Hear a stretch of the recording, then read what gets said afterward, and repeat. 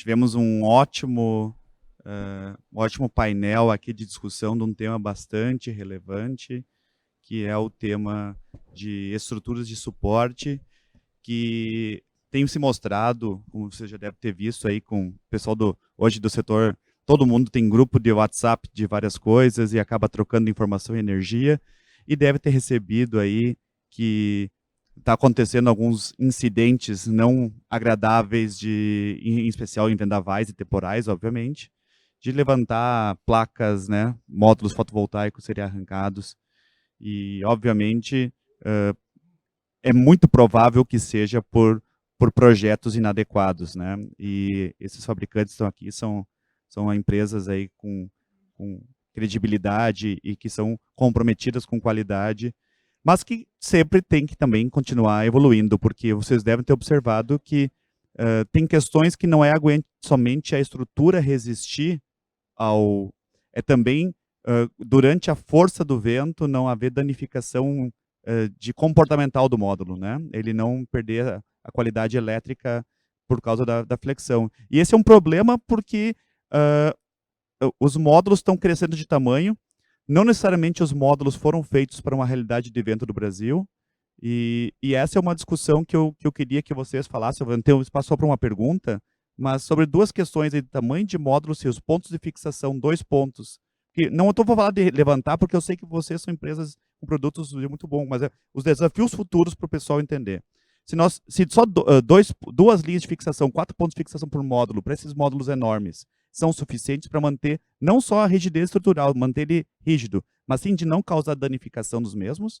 É um ponto que já me perguntaram e eu não estou trabalhando, né? E vocês talvez possam identificar. E se os perfis agora que estão vindo com aço nos módulos, né, ao invés de perfil de alumínio, estão vindo alguns módulos, já estão começando a sair com perfil laminar de aço. Se isso vocês acham que é um caminho que está acontecendo em função de evitar a maior flexão do módulo, porque o alumínio é muito mais flexível, né? Então, essa alguma questão que vocês puderem comentar do assunto. Eu acho que são temas de vanguarda, que são desafios que nós, nesse setor, nós vivemos de desafio. Nós nunca estamos parados. Estamos sempre melhorando. Então, sempre surge produto novo, demandas novas, e nós não temos todas as respostas.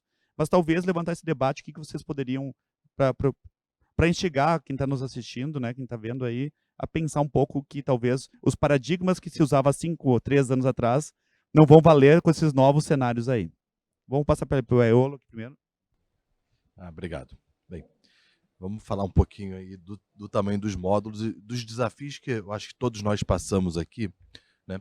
Se vocês imaginarem, a gente está falando isso há 2 anos, não é um tempo muito longo, onde você tinha um módulo que era 992 por 2, né? 1 por 2. Era aquele módulo básico, e você tinha um módulo que pesava aí 22, 23 quilos, né? Então, qual foi o primeiro desafio, né, quando começou a entrar essa enxurrada de novos módulos?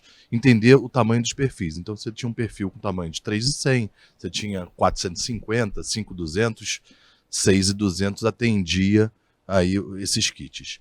De repente, você imagina, você tem um estoque alto, com muitos perfis nesses tamanhos, e você tem um módulo que chega a 1.134 por 2.279, hoje até maiores, eu encontrei já 1.300 por 2.400, né? Quase 2.500. Né? E o que ocorre? Então, vamos lá, reestrutura, tamanho, pensa de novo, faz teste. Né? O cálculo muda, ponto de fixação. Quando a gente faz os pontos de fixação, você faz o metro linear. Então, isso não muda tanto. Né? Agora, uma coisa engraçada que a gente tem, isso aqui no Brasil, e a gente fala isso com propriedade porque a gente também atende o mercado da Europa, a Tritec está na Europa, é a casa dela, e você tem um detalhe que muita gente não pensa. Esses módulos novos, eles pesam aí 32 quilos, até um pouquinho mais. Tem uma norma, né, se vocês pensarem, inclusive em aviação, por que a mala não pode pesar mais de 23 quilos? É o que uma pessoa pode carregar. Então você tem um outro problema que é muito sério, que é o tamanho do módulo e o peso que as pessoas estão subindo no telhado. Né? Então, e tem uma outra questão. A eficiência não aumentou tanto, porque você aumentou o tamanho do módulo. Né? Então, são os detalhes que a gente para e pensa um pouquinho lá. Agora, falando sobre a estrutura, né? Voltando ao que o nosso querido professor perguntou, quais são essas variações. Então, como eu falei, os pontos de fixação, você vai ter, na verdade, por metro linear, então isso não muda tanto. Agora, como é tão difícil a gente falar, cada módulo tem suas especificações, isso tem que ser acompanhado junto ao datasheet do módulo. Tá? E aí você vai pensar, se você precisa de uma linha mais de perfil, como o Samuel mostrou lá na estrutura de solo, então você tem uma resistência maior, ou não, só 2 pontos. Então isso vai de acordo com cada datasheet. Fico alerta mais uma vez de pegar o datasheet, ler com calma e não perder a garantia desses módulos. Obrigado, passo ao Carlos Bebiano para fazer os comentários. Pessoal, vamos lá. Quando eu fiz a minha palestra, expliquei para o pessoal, falei o quê? Dimensionamento. Hoje foi algo importante que eu quis trazer para vocês, dimensionamento, tá? E pelo amor de Deus, fabricante de painéis aí, ajuda a gente, né? Tá louco. Lá atrás, quando vinha um painel, eles tinham um frame de 50 milímetros. Não, 50 milímetros teve, 50 milímetros. Eu sou lá de trás. Isso, 50 milímetros. Hoje o frame está em 40, 30, tem frame de 25. Pessoal, o problema não é o painel, não é o módulo. É a economia, sem dimensionamento do painel, que é errado. Se você retornar e aumentar a espessura desse frame, desse painel, ele não vai ter a flexibilização, ele não vai estar flexível no meio dele, entendeu? É simples, mas é uma economia que às vezes parece que não tem um dimensionamento. Esse é o primeiro ponto que eu quero dizer. Segundo ponto, tá? Frame de aço. Professor, eu gostei essa do frame de aço, tá? Essa é nova para mim. Eu quero saber, eu trabalho com estruturas, pessoal, mais uma vez, desde 98. A nossa norma diz 12 anos de garantia, tá? Para galvanização, a imersão a quente, tá? Vamos imaginar que o pessoal fabricante de painéis tem superpoderes lá, um superproduto, nós não conhecemos. A partir de 12 anos, tá? Esse painel vai estar lá, a oxidação vai acontecer. Esse material vai começar a ficar em cima dos painéis? Vai ter que trocar os frames dos painéis? Então é algo que eu gostaria de ver antes de ter qualquer julgamento, tá? Mas é de se pensar. Quando nós falamos e criamos produtos, pessoal, o dimensionamento não é só o fabricante de estrutura, mas é quem fabrica painel também, né? Isso deveria ter sido feito, é o básico, né? Isso nós estamos falando do básico. Aumenta-se o frame, aumenta-se a espessura, melhora a qualidade, vai dar mais rigidez ao produto. Simples assim.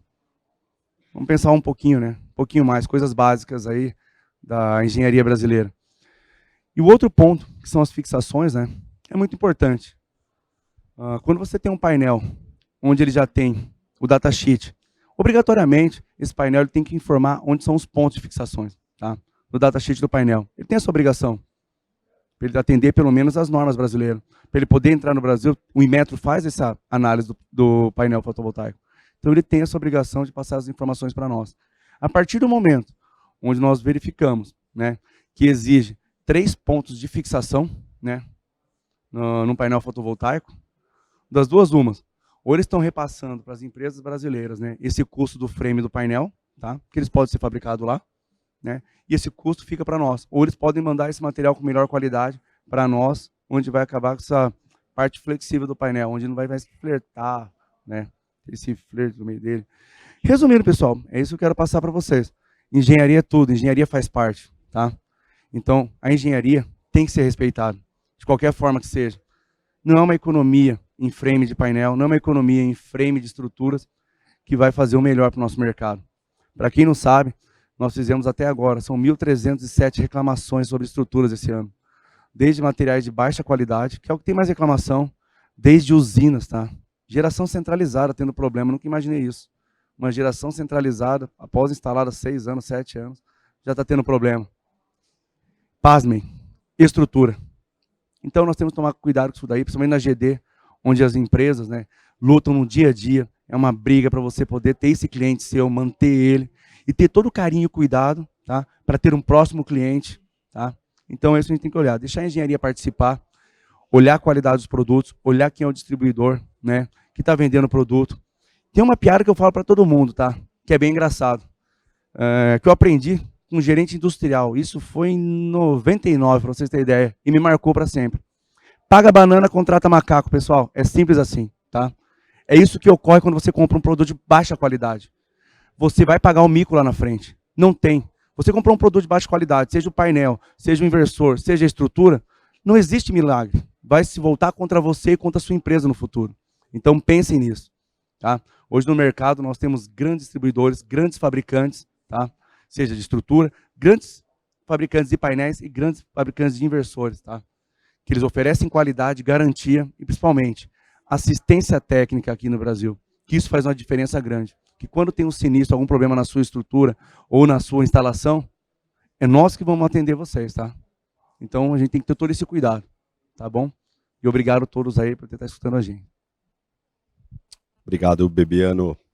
Muito legal. Mitchell, quero agradecer aí pela pergunta. Eu acho que é extremamente pertinente para o nosso painel aí de estruturas, a questão dos módulos, né? Porque é uma coisa que está totalmente interligada à outra. E eu quero fazer uma reflexão sobre esse assunto, porque, pessoal, isso não está só na nossa mão, né? Nós aqui da parte de engenharia fazemos todos os cálculos da estrutura. No caso da GEL, a plataforma ela vai fazer o cálculo de carga, tudo para vocês. Porém, pontos da instalação depende dos senhores. Vocês realmente têm que olhar o datasheet do módulo, porque cada módulo tem uma especificação de como deve ser instalado. Vocês já pararam para olhar o datasheet do módulo e viu lá que para 2.400 Pascal você tem um balanço de estrutura do módulo e para 5.400 Pascal vocês têm outro balanço? É o que acontece. E isso é o que, pessoal? É a instalação. Então, praticamente, o dimensionamento, ele começa como nós distribuidores, mas ele termina com vocês, integradores, olhando ali e adequando a instalação conforme a região, conforme a pressão de ventos da região dos senhores. E isso é simples, é realmente olhar e ver a adequação em qual coluna vai estar para eu calcular esse balanço do módulo, ok? Realmente, pessoal, os módulos, quando começaram lá em 2015, eles tinham 18 quilos, eram módulos de 60 células. Hoje, eles são bifaciais, double glass, com 38 quilos. Esse peso por metro quadrado, nós fazemos, porque a ancoragem lá no telhado, nós como distribuidores vamos garantir isso para vocês, tá certo? Então, o que acontece numa situação dessa? Para que o módulo não sofra uma flexão, você diminui o ponto de fixação. Então, ao invés de trabalhar com 1,60 m, daqui a pouco nós vamos trabalhar com 1,40 m, 1,20 m, tá? Eu falo isso para vocês, pessoal, com propriedade. Na outra empresa que eu trabalhei, eu ajudei a implementar estruturas na Itália. E lá tem um adicional a mais, que é a carga de neve, que pode chegar a 100 kg por metro quadrado. E você não trabalha na altura do perfil, você trabalha nos pontos de fixação. Então, é isso que vai acontecer para nós aqui, tá? Nós vamos ter que trabalhar melhor nas ancoragens e manter o quê? A mesma parte de perfis, ok? Em relação, pessoal, aos módulos, estar vindo hoje com um frame de aço, não tem mágica, tá? O que acontece? Está cada vez mais caro, os senhores têm acompanhado a questão das importações. Antigamente, para importar, um container custava $1.800, hoje está na casa de $15.000. Então, o mercado foi obrigado a colocar mais quilowatt-pico dentro de um container. E a evolução disso é justamente eu diminuir o frame para aumentar o quê? A cubagem, não tem mágica, ok? Só que aí a gente se depara num ponto de engenharia, que eu saio de um frame de 50, que era o módulo da Tesan lá atrás, em 2015, e eu estou chegando hoje nos absurdos aqui de módulos com 30 e 2,5 metros de altura, né? O que acontece, pessoal? Realmente, você tem que colocar aço, porque o alumínio para 30 não vai aguentar, é matemática pura.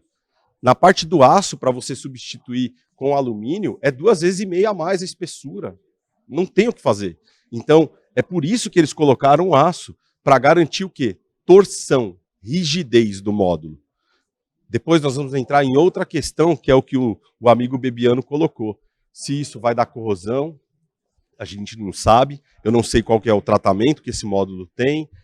Se realmente vai escorrer alguma coisa de ferro e danificar os módulos, e é por isso que os grampos não podem ser de ferro, porque escorre no módulo, marca o vidro e depois perde geração. Então, tem essas questões que a gente precisa analisar. O que nós sabemos hoje é que a engenharia foi contornada dessa forma. Agora, os efeitos disso eu não sei dizer ainda, pessoal. Essa reflexão que eu gostaria de trazer para os senhores, e fica aqui os meus comentários. Obrigado. Professor Leandro, muito obrigado pela sua pergunta. É muito pertinente, além do que foi um dos pontos que eu abordei e queria trazer para vocês, que é justamente essa evolução dos módulos. Nessa questão de estar mudando o frame de alumínio para aço, muito provavelmente é pela questão da resistência. O que acontece? Vou contar para vocês. A nossa estrutura da linha Robust, a gente desenvolveu ela no ano passado, em setembro. A Intelbras, na época, estava trabalhando com um módulo de 590 watts, que era o mesmo formato do módulo da Lipton. Que ele tem 2.443, 2.443 milímetros por 1.134. E a solicitação da engenharia da Intelbras na época era: nós não temos estruturas com 3 perfis. Mas não é somente o 3 perfis, justamente entra outros fatores, né, outras variáveis, que é o peso, o quanto que vai ficar de balanço esse módulo. Então nós fizemos a nossa estrutura, a linha Robust, a gente desenvolveu justamente alinhando pontos com a Intelbras. Nós fizemos várias usinas piloto com eles, até depois quem tiver interesse eu posso mostrar, até mando algumas fotos para vocês analisarem os datasheets, porque justamente o que acontece? O módulo de 590, de 2,45 de comprimento, ele tem ali o balanço máximo de 55 centímetros, 55, 60, se eu não me engano. Depois até para dar uma olhadinha no material da Lipton, no datasheet da Lipton, que acho que a Intelbras, eles diminuíram um pouco a venda desse modelo. Mas o que acontece? Quando você coloca ali 2,45 com 50, por exemplo, de balanço, né, você vai ter 1,40 m de vão central. Então, automaticamente, se você fazer, isso aqui é cálculo, você pode colocar num F-Tool, por exemplo, simples, você vê a deformação central, que ele vai dar muito momento. Né? Então, quando você faz o cálculo do módulo, ele não é calculado de acordo com a inclinação, ele é colocado em pé, né, com 2 apoios. Então, o que acontece?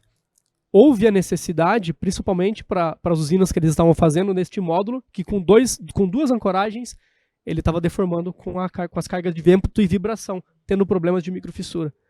Então, eu acredito que assim, fazendo nesse formato de colocando um frame mais resistente, tem que ver o que o mercado vai atender.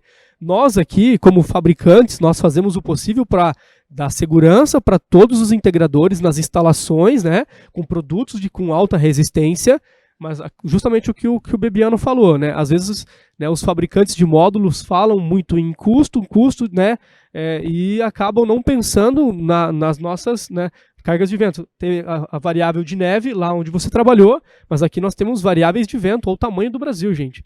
Então, nós, como fabricantes, a Estúdio Solar, nós desenvolvemos justamente essa estrutura, e além de ter 3 perfis para 6 apoios, no caso, 6 fixações, né, do módulo, a longarina ela tem 4 metros. Para que você consiga, mesmo se você coloca uma longarina de 3 metros, por exemplo, o módulo vai ficar 90 centímetros, 95 em balanço. Então, são vários fatores assim que, para a gente chegar num produto específico, gente, é muito estudo, muito teste, muito cálculo, porque é o nosso nome que está em jogo aí para vocês, para garantir um produto de qualidade. Obrigado pelos pertinentes comentários. O objetivo aqui é levantar um debate das empresas que querem fazer produtos de alta qualidade, produtos bons, e que estão encontrando os novos desafios, e tem demandas que não dependem só deles. Dependem de quem fabrica o módulo, depende de restrições da característica climática local, com o módulo que talvez, mesmo que faça a melhor estrutura do mundo, não vai resolver. Então, eu acho que esse é um desafio que vocês aí que estão aplicando a tecnologia estejam cientes que essas empresas estão tentando buscar fazer o melhor, fazer o certo, mas tem desafios tecnológicos aí que transcendem, às vezes, as próprias estruturas, e que vão ter que não se tem umas respostas plenas ainda de como vai encarar o módulo com essa flexão nesse vento, com esses pontos de ancoragem, e que o futuro vai dizer um pouco do resultado, que depende muito do local. Eu sei que teria muito tempo para vocês discutir, para vocês perguntarem, mas como nós já estamos tão longe da hora, já estamos às 14h, nós vamos encerrar por aqui. Desejo uma salva de palmas, então, aos nossos apresentadores aqui. E vamos, então, continuar agora à tarde com o evento.